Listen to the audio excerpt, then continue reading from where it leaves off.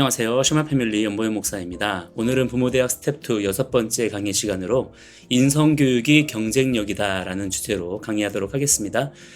교재 61페이지에 있는 프롤로그를 함께 읽어보겠습니다. 교육의 사전적 정의는 지식과 기술 따위를 가르쳐 인격을 가르쳐 줌이라고 명시되어 있습니다. 즉 우리가 교육을 통해 기대하는 것은 사람다운 사람을 만드는 것이죠. 이것은 성경적인 맥락과도 일치하는 부분입니다. 그러므로 단순히 학습에만 초점이 맞춰진 교육이라면 제대로 된 교육이 될 수 없는 것이 당연합니다. 인성교육을 통해 먼저 사람 됨됨이, 즉 기본 예절, 상호 존중, 배려, 용서, 구제, 봉사 등에 대한 가치를 가르쳐야 합니다. 그래야만 비로소 진정한 교육이 가능한 거예요. 유대인들은 이와 관련된 모든 요소들을 지혜 교육으로 이해하여 가르친다고 합니다. 이 그릇이 먼저 준비되어야 그 안에 지식과 기술 등을 담아 비로소 제대로 된 효용 가치를 만들어낼 수 있다는 것이죠. 지금 이 시대에 소위 엘리트 괴물들이 얼마나 많은가요? 고학력자, 고연봉자로 사회에서는 성공한 인생으로 인정받지만 정작 타인을 배려하고 존중할 줄 아는 젠틀맨을 찾기는 쉽지 않습니다. 우리의 자녀들은 과연 어떤 사람으로 성장해야 하겠습니까? 이 또한 부모가 가르치기 나름이에요. 점점 세상이 어떻게 변해가고 있습니까? 지금 이 시대를 소위 인공지능 시대라 부르고 있고 요즘엔 메타버스라고 하는 새로운 개념까지 등장했죠. 이처럼 이전에는 전혀 알지도 못했고 상상조차 못했던 개념들이 지금 이 시대에는 삶의 중심으로 자리 잡아가고 있습니다. 자, 이러한 시대의 변화들을 부모님들께서는 어떻게 보고 계십니까? 그저 세상 좋아지는구나, 편해지는구나 이렇게만 보고 계시다면 아주 크게 착각을 하시는 거고 나중엔 땅을 치고 후회하게 되실 겁니다. 세상이 편해지고 좋아지는 만큼 반드시 그만큼의 대가지불을 치러야 됩니다. 그 대가지불 중에 가장 큰 게 뭐냐면 다름 아닌 인간성의 말살입니다. 더 빠르고 더 편리하고 더 최첨단의 삶을 누리기 위해서 인간 고유의 정체성을 스스로 포기하고 있는 것이죠. 그게 바로 지금 이 시대에 보이지 않는 그러나 너무나 분명한 현실의 단면입니다. 자, 여러분의 자녀가 어떤 삶을 살기 원하십니까? 내 자녀가 앞으로 어떤 사람이 되기 원하세요? 더 편리하고 더 부유한 삶을 위해서라면 인간성쯤이야 어떻게 되든 말든 기꺼이 포기하시겠습니까? 그렇다면 나날이 발전하고 있는 인공지능과 우리 인간 사이에 어떤 차이점을 발견할 수 있을까요? 만약 뚜렷한 차이점을 발견할 수 없다면 과연 미래 사회에 우리 자녀들의 경쟁력은 무엇이라 할 수 있을까요? 과연 우리 아이들이 인공지능보다 더 뛰어난 존재가 될 수 있을까요? 수능 만점 받으면, 내신 1등급 받으면, 모든 시험마다 다 1등하면 그러면 정말 우리 아이들이 행복해질까요? 이런 주제들이 지금 우리가 부모로서 자녀들을 양육할 때 아주 중요한 현실적인 부분으로 다뤄져야 됩니다. 그런데 실제 교육 현장에선 이런 주제들이 잘 다뤄지지 않죠. 단지 시험 성적이나 내신 등급 같은 것들에만 온통 관심이 있지 이런 주제들은 그저 한낱 배부른 소리인 줄로만 아는 겁니다. 그러나 현명한 부모는 현실을 똑바로 직시하면서 미래를 내다볼 줄 아는 영적인 눈이 있어야 합니다. 그 눈은 오직 말씀의 눈으로만 열리는 거예요. 말씀의 눈이 열리지 않으면 당장 눈앞에 보이는 게 전부인 줄 아는 겁니다. 그러면 눈뜬 장님처럼 사는 거죠. 아주 불쌍한 인생이 되는 거예요. 말씀에 눈이 뜨인 분들이라면요, 절대 자기 자녀 그냥 못 키웁니다. 눈앞에 뻔히 다 보이는데 어떻게 자녀들을 세상에 그냥 맡기겠어요? 지금 여전히 우리나라 교육은요, 입시 위주, 수능 중심, 국영수 중심 교육에서 정말 하나도 바뀌지 않았습니다. 바뀔 기미조차 보이지 않아요. 지금 미국이나 유럽의 선진국들, 심지어 일본만 하더라도 이런 교육으로는 절대 앞으로 다가올 사회를 도무지 살아갈 수가 없다고 진작부터 교육개혁을 단행하면서 인공지능 시대를 준비해 왔거든요. 그런데 우리나라 교육은요, 제가 어렸을 때 배웠던 내용에서 바뀐 게 별로 없어요. 몇 가지 바뀐 게 있기야 있지만 별로 큰 의미는 없는 것들입니다. 요즘에는 불과 1, 2년 사이에 천지가 개벽하는 시대인데 자녀들의 미래를 준비시켜야 하는 교육의 변화가 없다는 것은 이 나라의 교육당국이 얼마나 무책임하고 현실 감각이 없는지를 아주 적나라하게 보여주는 그런 부분이라고 생각이 됩니다. 특히 가장 중요한 것은요, 인성교육 부분을 완전히 놓쳐버린 거예요. 지금 하루가 멀다 하고 어떤 날은 하루에도 몇 건씩 초등학생들 혹은 중학생, 고등학생들이 연루된 강력범죄 뉴스가 계속해서 보도되고 있습니다. 그냥 그런가 보다 하고 지나치시면 안 돼요. 왜냐하면 뉴스에 나오는 건 빙산의 일각이 지나지 않기 때문입니다. 오히려 진짜는 수면 아래에 있다는 걸 아셔야 돼요. 지금 우리나라 교육의 가장 심각한 것은요, 인성교육의 실패입니다. 이게 무슨 말이냐면 쉽게 말해서 사람 됨됨이를 배우지 못한다는 거예요.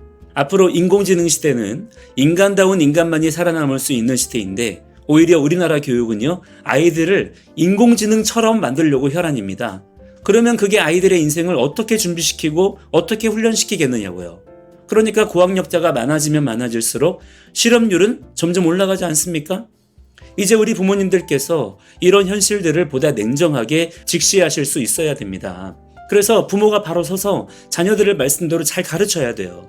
그렇지 않으면요, 우리 자녀 세대는 정말 인류 역사상 가장 비참한 세대가 될 수 있습니다. 이 경고를 절대로 그냥 지나치시면 안 되는 거예요. 자, 먼저 오늘 주제 말씀은 잠언 4장 7절을 함께 읽어보시죠. 지혜가 제일이니 지혜를 얻으라. 내가 얻은 모든 것을 가지고 명철을 얻을지니라. 성경은 주님의 자녀, 하나님 나라 백성들에게 지혜와 명철을 강조합니다. 기본 과정에서도 말씀드렸지만 인성교육의 핵심은 지혜교육이라고 말씀드렸죠. 그냥 인사 잘하고 존댓말 조금 쓴다고 인성교육이 아닙니다. 하나님의 지혜가 부어져야 돼요. 하나님의 형상으로 바로 서야 합니다. 자, 1번 보시죠. 왜 인성교육을 할 수 없는 걸까요? 그랬죠. 첫째는 뭐냐? 아까도 말씀드렸지만 현대교육이 지식교육만 시키기 때문입니다. 그래도 미국이나 유럽, 일본에서는 정신을 조금 일찍 차렸어요. 완전하지는 않더라도 인성교육에 대한 중요성을 깨닫고 교육개혁을 통해서 인성교육을 중심으로 해서 교육의 판을 다시 짰습니다. 왜냐하면 인공지능 시대 속에서 인간으로 살아남아야 되니까. 물론 그것 가지고 될 리가 없죠. 아무리 대단하게 뭔가를 준비했어도 그 중심에 말씀이 없으니까 어디까지나 그것도 불완전한 교육일 뿐인 겁니다. 그런데 우리나라 교육은요, 그마저도 안 되고 있어요. 아예 인성교육 자체가 없습니다. 안 가르치는데 인성교육이 되겠어요? 인성교육이랍시고 하는 것들이라고 해봐야 뭐 겨우 인사예절, 언어예절 뭐 이런 건데요. 그래서 결과적으로 요즘에 우리 아이들 인사는 잘 합니까? 언어예절이 좋아졌나요? 오히려 더 욕이 늘었죠. 온갖 음담패설과 언어폭력이 난무하고 있지 않습니까? 거기에 뭐 집단 따돌림에 사이버 폭력에 성폭력까지 뭐 말도 못하죠. 이게 다 뭐예요? 인성교육이 실패했다라고 하는 아주 뚜렷한 증거가 되는 거예요. 자, 그러면 왜 인성교육이 실패할 수밖에 없느냐? 괄호 2번을 한번 같이 읽어보시죠. 인성교육에 사상만 있고 구체적 논리가 없다. 밑에 내용도 함께 같이 계속해서 읽어보겠습니다. 인성교육에 대한 심증은 있으나 논리가 없고 논리가 있다 해도 빈약합니다. 그러니 인성교육의 내용이나 방법은 더욱 모를 수밖에 없습니다. 그나마 전통적인 인성교육의 내용과 형식은 점점 사라지고 있습니다. 그것을 가르치면 시대에 뒤떨어진 것으로 취급당하고 전통을 외면한 결과 인성교육의 부재는 심각한 상황에 이르렀습니다. 인성교육은 투철한 사상의 기초부터 시작해야 합니다. 투철한 사상이 없으면 실천, 즉 행위가 올바로 될 수 없기 때문이죠. 사상은 역동적인 행동을 하게 하는 동기를 부여해 줍니다. 그러나 아무리 좋은 사상이라 해도 그것을 설명할 만한 종합하고 조직적이며 합리적인 논리가 없으면 강해질 수 없습니다. 그러한 사상은 심증만 있을 뿐이기 때문에 설득력도 약할 뿐만 아니라 결국에 강한 힘을 발휘할 수 없게 됩니다. 따라서 인성교육은 사상에 기초한 논리화된 구체적인 교육 내용이 먼저 정리, 확립되어야 하며 이를 위해 각 가정의 부모와 교육 지도자들이 고민하고 연구해야 합니다. 단순히 몇 가지 에티켓을 가르친다고 해서 될 일이 아니라는 것이죠. 한마디로 말해서 지금 왜 도대체가 인성교육이 안 되느냐? 인성이 뭔지조차 제대로 알지 못하고 있기 때문이고요. 그러다 보니까 인성교육이 왜 필요한지도 모르기 때문이에요. 필요 없어서 안 하는 게 아니라 몰라서 못하는 것이죠. 그렇다면 인성교육이란 대체 뭐냐? 2번에 보시면 인성교육의 정의를 함께 보시겠습니다. 괄호 1번에 인성교육이란 무엇인가? 밑에 한번 같이 읽어보시죠. 도덕적 인격을 형성하는 내면적 성품, 성질 혹은 성격 및 강한 의지를 개발하고 이를 외면적 착한 행실로 나타나게 하는 교육을 말합니다. 말이 좀 어렵나요? 천천히 다시 한번 보세요. 거기 보시면 내면적 성품, 성질 혹은 성격 및 강한 의지라고 하는 부분에 밑줄 치시고요. 이게 각 사람의 인격을 형성하는 부분이 되는 거예요. 이것을 개발하는 것, 즉 훈련시켜서 발전시키는 것이 바로 인성교육인 것이고, 그러면 이것을 구체적으로 어떻게 하느냐? 그 다음에 보시면 외면적이라는 말이 중요합니다. 거기에 동그라미 치시고요. 외면적 착한 행실로 나타나게 하는 교육이 바로 인성교육이다. 그러니까 내면적인 부분과 외면적인 부분을 함께 다뤄야만 인성교육에 성공할 수 있다는 거예요. 그렇기 때문에 기본적인 성품, 마음, 개념 등등을 가르치는 것도 중요하고, 그것을 어떻게 말과 행동으로 나타낼 것인지를 구체적으로 훈련시키는 것이 같이 동시에 이루어져야 되는 것이기 때문에 이에 대한 분명한 교육 철학이 정립되지 않고서는 인성교육이라고 하는 부분은 절대 그냥 이루어질 수가 없는 것이죠. 괄호 2번에 보시면 인성교육이 그러면 왜 필요하냐? 밑에 같이 한번 읽어보시죠. 한 인간의 인성은 그의 삶과 그의 주변 공동체에 죽을 때까지 좋거나 혹은 나쁜 영향을 주기 때문입니다. 자, 사람은 혼자 사는 게 아니죠. 서로가 서로에게 영향을 주며 받으며 살아갑니다. 그렇기 때문에 나 자신이 어떤 사상과 가치관과 행동 양식을 가지고 있느냐는 결코 개인적인 문제인 것이 아니라 공동체 전체적으로 중요한 의미가 있는 거예요. 우리가 내 자녀의 인성을 제대로 교육을 안 시키잖아요? 그러면 결과적으로 어떤 일이 벌어지게 될까요? 내 자녀 한 사람의 문제가 아닙니다. 우리 자녀 세대 전체가 같은 형편에 처하게 된다는 것을 알아야 돼요. 왜냐?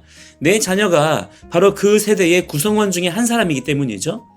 교육이라고 하는 것은 거의 대부분 사회 공동체 안에서 일어나는 것이기 때문에 내가 자녀를 그렇게 교육 안 시켰다면 다른 가정들도 거의 대부분 마찬가지의 상황일 거라고 보는 것이 맞기 때문에 그런 식의 결과를 충분히 우리가 예상할 수 있는 것이고요. 또 실제 역사 속에서도 충분히 이런 부분들이 증명이 되었죠. 그렇기 때문에 인성교육이라고 하는 것은 단순히 어떤 교양훈련 정도가 아니라 우리 자녀를 포함한 세대 전체, 인류 전체의 생존의 문제, 삶의 질과도 그대로 연결되는 부분이라는 점을 우리가 알아야 되는 겁니다. 자, 괄호 3번에 보시면 그러면 인성교육의 목적은 뭐냐? 적어도 우리는 이 부분을 분명하게 결론 짓고 갑시다. 밑줄 치면서 읽어보세요. 경건한 자손을 얻고자 합니다. 인성교육을 통해서 원하는 게 뭐라고요? 우리 자녀를 경건한 자손으로 키우는 것이 목적이라 이 말이에요. 말라기서 2장 15절 말씀을 함께 읽어보겠습니다.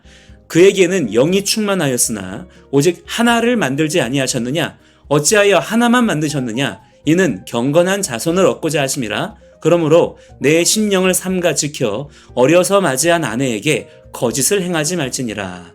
거기 보시면 하나님께서 남편과 아내를 만드시고 둘이 한 몸을 이루게 하신 궁극적인 목적이 뭐라고 하십니까? 경건한 자손을 얻고자 하심이라는 거예요.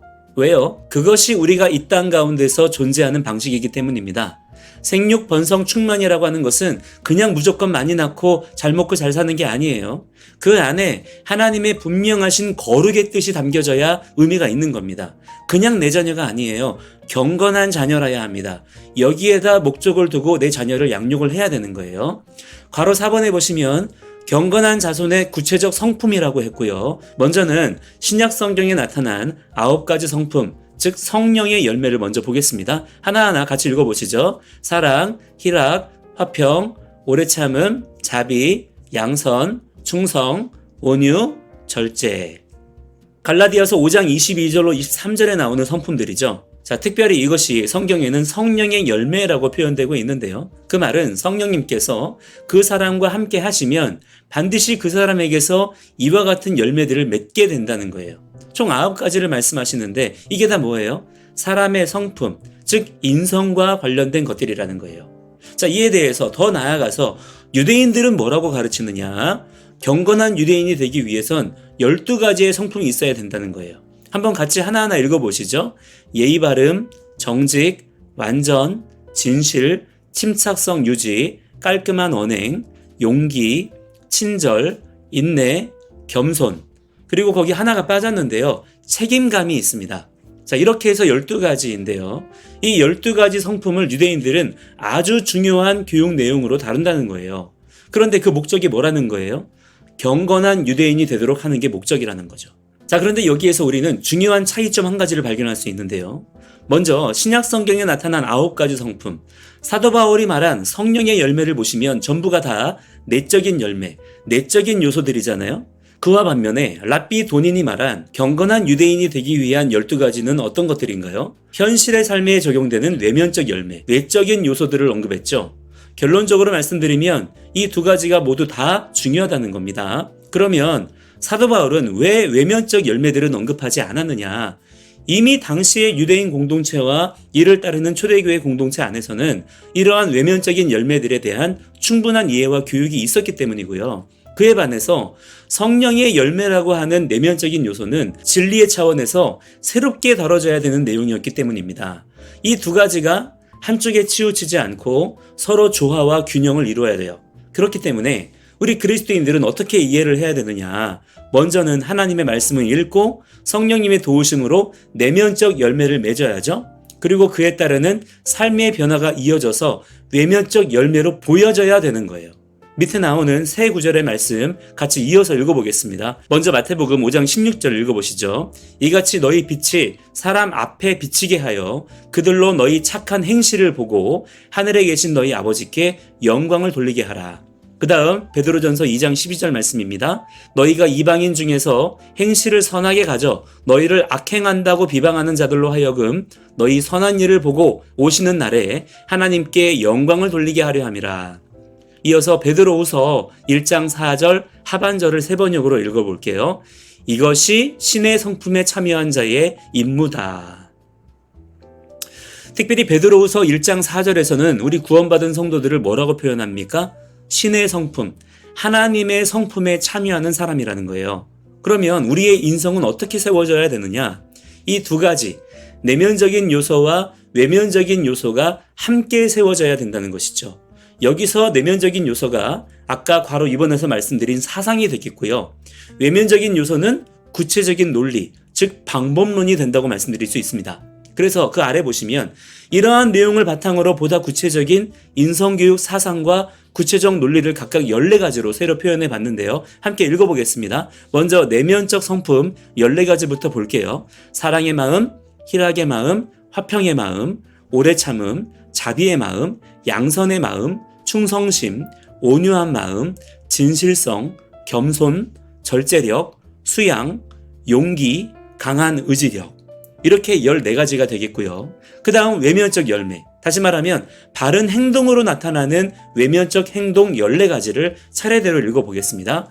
경청, 예의 바름, 정직한 생활, 완전, 청결한 생활, 근면정신, 질서의식, 남을 돕는 생활, 인내의 생활, 친절한 행동, 침착성 유지, 내핍 생활, 책임감, 깔끔한 언행. 자, 그러니까 어떻게 이해하시면 되냐면 쉽게 말해서 우리가 자녀들에게 인성교육을 가르칠 때에는 외면적 열매 14가지를 가르치는 거예요. 경청을 가르치고 예의범절을 가르치고 근면을 가르치고 이런 식으로 외면적 열매가 구체적인 교육 방법이 되는 거고요. 그걸 통해서 무엇을 가르쳐야 되느냐? 그게 바로 내면적 성품입니다. 행동을 통해서 성품을 가르치는 것이죠. 사랑, 희락, 화평, 오래 참음, 자비, 양선 등등과 같은 보이지 않는 성품들을 보이는 행동으로서 우리가 교육할 수 있는 거예요. 그런데 우리가 그동안 왜 못 가르쳤어요? 이러한 내용들을 우리가 몰랐잖아요. 뭘 가르쳐야 되는지, 어떻게 가르쳐야 되는지 등등을 몰랐기 때문에 그냥 발만 동동 구르고 있었지 실제 교육이 이루어질 수가 없었던 거예요. 그러나 이제는 우리가 알았으니까 어떻게 하면 되나요? 아는 대로 가르치면 되는 거예요. 그러니까 이런 것들을 결국 누가 가르칠 수 있겠어요? 학교에서 이런 것들을 가르칠 수 있겠습니까? 절대 못한단 말이에요. 학원에서요? 태권도 학원? 무슨 무용학원? 필라테스? 요가? 절대 못 가르칩니다. 오히려 왜곡된 인성을 세우게 되는 거예요. 철저하게 가정에서 부모가 가르쳐야 되는 것들입니다. 그런데 이걸 부모가 안 하니까 관심도 없고 무지하고 열정도 없고 그러니까 점점 시간이 가면 갈수록 인성이 메마르게 되는 거예요. 여기서 참고적으로 하나 보셔야 될 게 있는데요. 외면적 열매 3번에 보시면 정직한 생활이 있고요. 4번에 보시면 완전히 있죠. 자, 이게 사실은 둘 다 한국어로는 정직이라고 번역될 수 있는 단어들입니다. 자, 여기서 부모님들이 정직한 생활과 완전을 각각 가르치셔야 되는데 어떻게 가르치실 거예요? 이 둘의 차이를 아시겠나요? 자, 잘 보시면 3번의 정직한 생활은 honesty고요. 4번의 완전은 integrity라는 단어가 사용된 것을 볼 수 있죠. 앞에 나온 honesty의 정직은요, 사실 그대로를 말하고 남을 속이지 않는 것을 말하는 거고요. 뒤에 나오는 integrity의 완전은요, 선과 악을 구별하여 옳은 것은 옳고 그른 것은 그르다고 말할 수 있는 그러한 정직을 말하는 겁니다. 서로 조금 차이가 있죠. 실제로 미국인들은요, 이 두 가지 honesty와 integrity를 서로 구분해서 아주 중요한 부분으로 아이들에게 가르친다고 합니다. 그에 반해서 우리나라에서는 인테그리티의 개념이 상대적으로 빈약하죠. 왜 그럴까요? 교육의 내용으로 다루지 않았기 때문입니다. 뭐든지 간에 안 가르치면 변화도 안 일어나는 거예요. 교재 66페이지에 보시면 맨 위에 같이 한번 읽어보시죠. 현재 우리나라의 인성교육이 제대로 되지 않는 이유는 인성교육에 대한 두 가지 주제, 즉 보편적 인성교육과 문화적 인성교육이 있다는 사실을 몰랐기 때문이고, 이로 인해 이 두 가지가 서로 균형과 조화를 이루지 못한 까닭입니다. 보편적 인성교육이라는 게 뭐냐면요, 모든 문화권 나라를 막론하고 누구나 옳다고 여기는 보편적인 개념이 있잖아요. 예를 들어서 정직, 친절, 책임감 이런 것들은 누구나 다 좋은 줄 알죠. 그런데 이런 보편적인 인성 개념들이 실제로 표현되는 것들은 각각의 문화적인 특성이나 어떤 민족성, 그 나라의 특수한 상황들에 따라서 저마다 다양하게 나타날 수가 있는 것들이잖아요. 그게 뭐냐면 바로 문화적 인성교육이라고 하는 거예요. 그런데 이런 부분들을 미처 알지 못하고 조화시키지 못하다 보니까 지금 현 시대에서 우리가 보는 것처럼 인성에 왜곡이 일어나고 있다. 그래서 토털 인성, 즉 완전한 인성교육은 어떻게 되는 것이냐. 아까는 뭐예요? 내면적 요소와 외면적 요소가 같이 조화를 이루어야 된다 그랬잖아요. 또 하나는 뭐냐면 문화적 인성과 보편적인 인성이 서로 조화를 이루어야 된다는 거예요. 구체적으로 이게 무슨 말이냐면요, 아래 같이 한번 읽어보시죠. 한국인은 문화적인 면에서 서양인 기독교인을 만드는 데 필요한 인성교육을 시키는 것이 아니고 한국인의 문화가 가미된 성경적 기독교인을 만드는 인성교육을 시켜야 합니다. 예를 들면 같은 인사를 해도 한국인은 고개를 숙여서 공손하게 안녕하세요 라고 말하며 인사하도록 교육을 하고, 미국인은 서서 손을 흔들며 굿모닝 이라고 말하며 인사하도록 교육합니다. 이것은 다른 민족에게도 해당됩니다. 인성교육 중 문화적 측면에서 한국인은 한국인 기독교인을, 아프리카 케냐인은 케냐인 기독교인을 만들어야 하고 미국인은 미국인 기독교인을 만들어야 하는 것이죠. 이러한 민족적 정체성은 매우 중요합니다. 그런데 지금 이 시대의 인성교육을 가만히 보세요. 문화적 인성을 중요하게 생각합니까? 안 합니까? 안 하잖아요. 오히려 문화적인 인성을 고리타분하고 구시대적인 것으로 이해하는 경우가 많죠. 그러면서 우리도 미국이나 유럽 사람들처럼 행동 양식이나 예절을 바꿔야 된다고 그렇게 주장하시는 분들도 많이 계시더란 말이죠. 그러나 그렇게 해서는 절대로 인성교육이라고 하는 게 제대로 세워질 수가 없다는 거예요.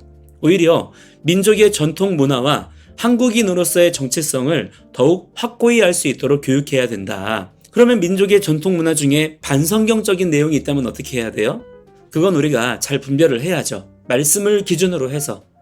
우리나라 전통 문화 중에 여러 샤머니즘적이고 불교적인 것들이 있잖아요. 또 남존여비라든가 아랫사람을 하대한다든가 하는 것들은 우리가 구별해야죠. 그러나 그런 요소들이 일부 있다고 해서 전통 문화 자체를 버리는 것은 우리의 정체성 자체를 부인하는 것이고 인성교육을 포기하는 것과 마찬가지다. 3번 해보겠습니다. 그렇다면 인성교육 대체 뭐부터 하면 되느냐? 다른 말할 거 없습니다. 부모 공경부터 제대로 가르치시면 됩니다. 이거 하나만 제대로 가르쳐도 인성교육 저절로 됩니다. 먼저는요, 괄호 1번 보세요. 부모의 정체성을 확립하라 그랬죠? 이건 부모 자신과 자녀들에게 둘 다 필요합니다. 먼저는 부모 자신이 부모라고 하는 스스로의 정체성을 확립해야 돼요. 나는 부모이고 공경의 대상이고 교육의 주체이고 양육의 책임자예요. 내 자녀의 친구나 후견인이 아니란 말이죠. 그런데 요즘엔 부모면서 친구처럼 대하고 부모면서 후견인처럼 해요. 그러니까 부모 대접을 못 받는 겁니다. 스스로 포기하는 거죠. 자녀들에게도 이것을 직접적으로 가르쳐야 됩니다. 아이들에게 내가 부모라는 사실을 인식시키세요. 하다못해 강아지들한테도 그거 교육시키지 않아요. 걔들도 그거 모르면요, 주인 말 안 들어요. 오히려 주인도 막 물고 그러잖아요. 사람도 똑같습니다. 애들한테 부모의 권위, 부모의 지위에 대해서 분명하게 선을 그으세요. 아이들이 반말을 한다? 그걸 왜 그냥 내버려 두십니까? 요즘 부모님들 중에 아이들한테 반말하게 하시는 분들 정신 차리셔야 돼요. 그것 때문에 내 아이 인생 망합니다. 뭐 그렇게까지 말하느냐? 그러나 그렇지 않습니다. 진짜예요. 자녀가 부모한테 대든다? 이건 말도 안 되는 거예요. 어디 자녀가 부모한테 대들어요. 그건 부모가 어떤 존재인지를 모르기 때문에 그러는 거예요. 이견이 있을 수 있죠. 생각이 다를 수 있잖아요. 그러나 그걸 표현할 때에는 예를 갖추어서 정중하게 표현하는 법을 가르쳐야 되는 거예요. 그래서 괄호 2번에 뭐라고 했어요? 효도와 공경은 가르쳐서 받아야 한다. 기본과정 때도 말씀드린 거죠. 그런데 제 주변에 이런 분들 많이 못 봤습니다. 그냥 아이 좋은 대로 하게 내버려 둬요. 그게 그 아이 망하게 하는 건지도 모르면서 말이죠. 효도를 가르치세요. 부모를 공경하도록 요구하세요. 그러면 아이들은요, 효도합니다. 부모 공경하게 되어 있어요. 내가 그렇게 안 가르치니까 그렇게 안 하는 것일 뿐입니다. 먼저는 존댓말, 그리고 인사 잘하게 하시고요. 말대답 못하게 하시고요. 말대꾸와 자기 의견을 말하는 것과는 전혀 다른 거예요. 그 기준이 어디에 있느냐? 태도와 자세입니다.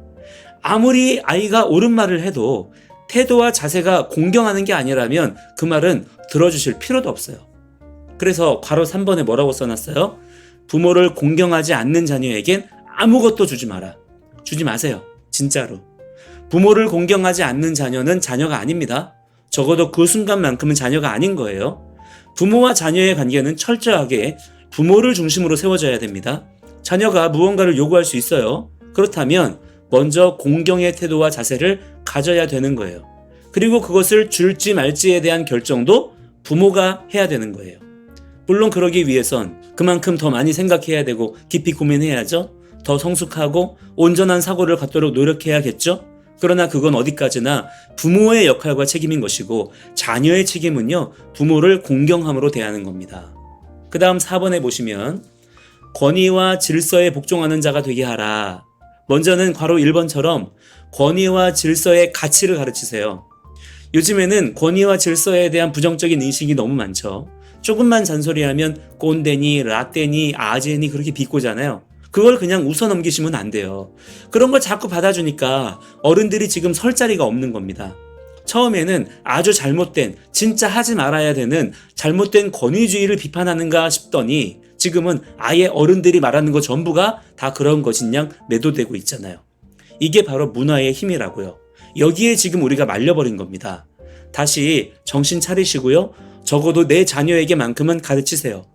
권위와 질서가 없이는 절대 인생을 제대로 살 수가 없습니다. 권위가 뭔지, 질서가 뭔지, 이게 왜 중요한지 등등을 우리 부모님들은 이미 배우셨잖아요. 그러면 그걸 아이들에게도 가르치세요. 뭘 가지고 가르치느냐? 부모와의 관계 속에서 복종하게 하세요.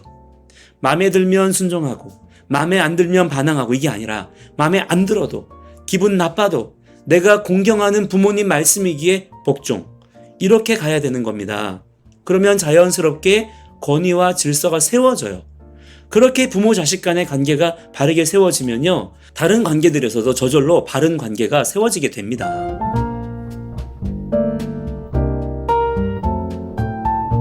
(5) 5번에 보실게요. 최고의 능력은 최고의 지혜로부터 나온다. 그러면 최고의 지혜가 어디 있어요? 성경에 있죠.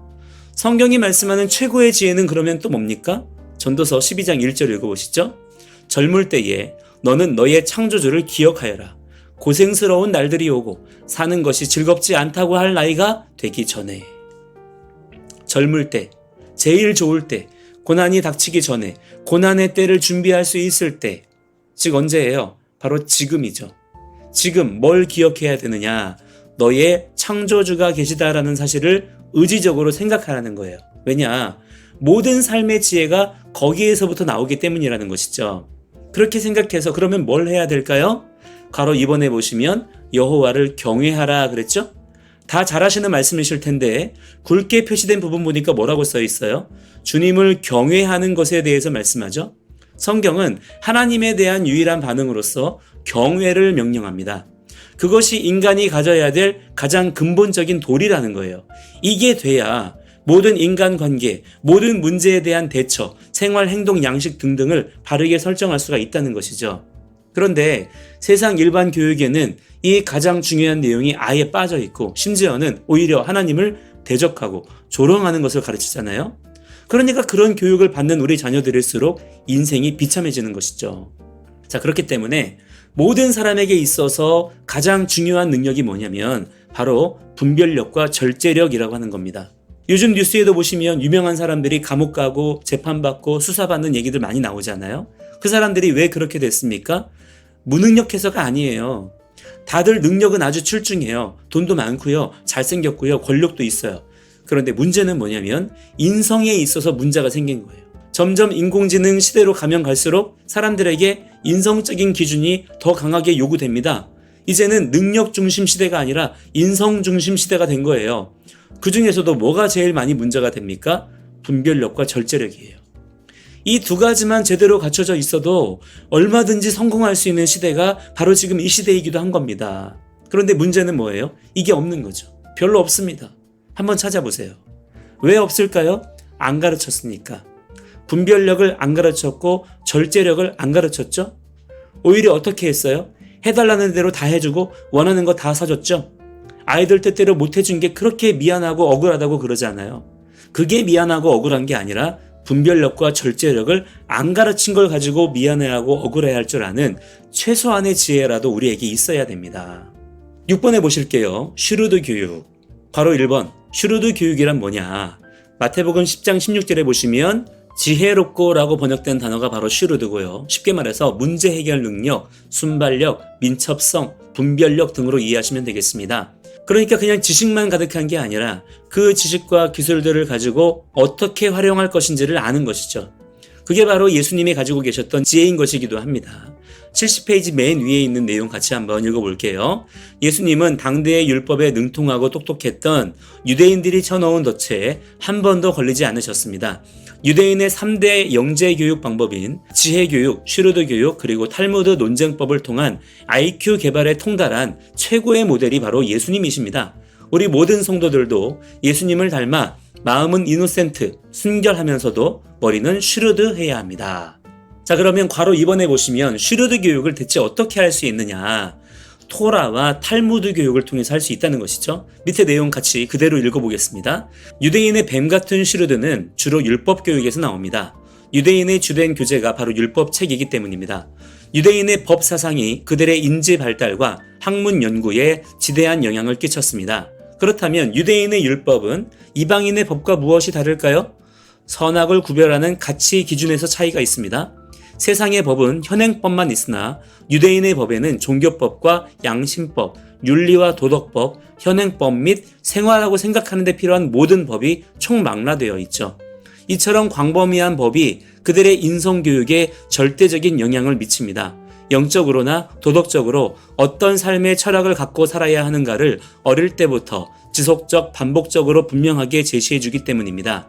이 법을 단순히 지식적으로만 가르치는 것이 아니라 그것을 암기하여 계속 생각하게 하고 왜 그 법을 지켜야 하는지, 어떻게 지켜야 하는지 끊임없이 질문하고 토론하면서 해석하는 것이죠. 뿐만 아니라 매사에 이를 문서화하여 증거를 남기도록 합니다.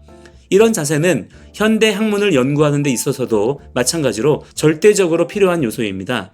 유대인 자녀들이 수많은 규례를 배우고 이를 지켜 행함으로써 그것에 통달하면 각 나라의 어떤 난해한 법도 쉽게 이해할 수 있다고 합니다. 유대인이 세상 학문에서도 다른 민족보다 단연 앞서가는 이유가 바로 여기에 있습니다. 그러니까 아예 유대인들은 처음부터 교육 자체의 목적을 슈루드 교육을 기반으로 한 지혜 교육에 두고 있기 때문에 모든 교육이 인격의 성장과 성숙, 문제 해결 능력, 관계성 등을 훈련하는 데 맞춰져 있다는 겁니다. 그렇다면 괄호 3번처럼 이렇게 질문하실 수 있죠? 왜 그럼에도 불구하고 악한 유대인이 있는가? 유대인들은 그러면 다 착해야 되고 다 성숙해야 될 텐데 실제로 보시면 유대인들 중에 탐욕스러운 사람들, 이기적인 사람들 진짜 많거든요. 우리나라는 유대인들이 별로 없어서 마주칠 기회가 거의 없다시피 하지만 외국에는 유대인들이 여러 나라에서 많이 살잖아요. 그런데 외국인들은 한결같이 유대인들을 거의 대부분 싫어한다는 거예요. 왜냐하면 그들 입장에서는 유대인들이 무례하고 이기적이고 탐욕적이라는 거죠. 그렇게 대단한 지혜교육, 인성교육을 받는다는 유대인들이 왜 그렇게 사는가? 궁금한 내용이 아닐 수 없잖아요. 그 밑에 한번 같이 읽어보시죠. 이와 같은 유대인의 법 사상이 무조건 좋기만 한 것은 아니라는 점을 짚고 넘어가야 하겠습니다. 율법 교육은 IQ 증진에 있어서는 매우 탁월하고 효과적입니다. 그러나 이처럼 법만을 너무 강조하면 인정이 메마르기 쉽습니다. 뿐만 아니라 자신의 이익만을 위해 법을 남용하여 순진한 사람을 골탕 먹이는 교활한 율법주의자가 될 수도 있습니다. 이것이 EQ 없는 IQ 교육의 위험성입니다. 예수님이나 바울도 이러한 율법주의자들의 피해자였습니다. 오죽하면 예수님도 바리새인의 교훈은 배워 지켜 행하되 그들의 행위는 본받지 말라고 하셨을까요? 따라서 우리는 유대인 교육의 장점은 배우되 율법을 남용하고 과신하는 악하고 교만한 행위는 구별할 줄 알아야 합니다. 사도 바울이 갈라디아서에서 성령의 열매를 따로 가르친 이유도 이미 유대인들과 초대교회 공동체 안에서 외적인 열매, 법에 대한 기준 같은 것들은 이미 잘 세워져 있었던 반면에 그 내면의 성품, 마음의 중심 같은 것들은 단순히 훈련으로만 되는 게 아니었던 것이죠. 그런 부분들은 성령의 임재 가운데 하나님 나라의 역사와 통치를 통해서 이루어져야만 되는 거예요. 그리고 이후에는 그 성품의 변화를 따라서 외적인 열매를 더욱 풍성하고 좋게 가꾸어 나가는 삶이 있어야 되는 것이죠. 그렇기 때문에 성도들이 훨씬 더 탁월하고 성숙한 삶을 살아야만 되는 겁니다. 이런 부분들이 단순히 인격적인 부분에서뿐만 아니라 우리 삶의 모든 영역, 예를 들어서 정치와 경제, 외교, 문화, 교육 등등 사회 전반에서 나타나야 되는 거예요. 이런 모든 것들이 다 인성교육에 포함되는 내용이기 때문에 우리가 인성에 대한 교육을 하지 않고서는 절대로 교육을 했다고 말할 수가 없을 정도로 아주 중요한 비중을 차지하는 그런 내용이 되는 것입니다. 자, 밑에 징기즈칸과 유대인의 차이에 대한 이야기는 한번 각자 따로 읽어보시기 바라고요. 그 뒤에 72페이지에 나오는 참고 자료도 한번 읽어보시면 도움이 되실 겁니다. 자, 오늘 강의는 여기서 마치도록 하겠습니다. 오늘 다룬 전체의 내용을 잘 숙지하시고 자기 것으로 만드셔서 우리 자녀들 모두가 인격적으로 더욱 성숙하고 온전한 주님의 탁월한 종들이 다 되기를 간절히 중보하며 축복합니다. 그럼 다음 시간에 다시 뵐게요. 감사합니다.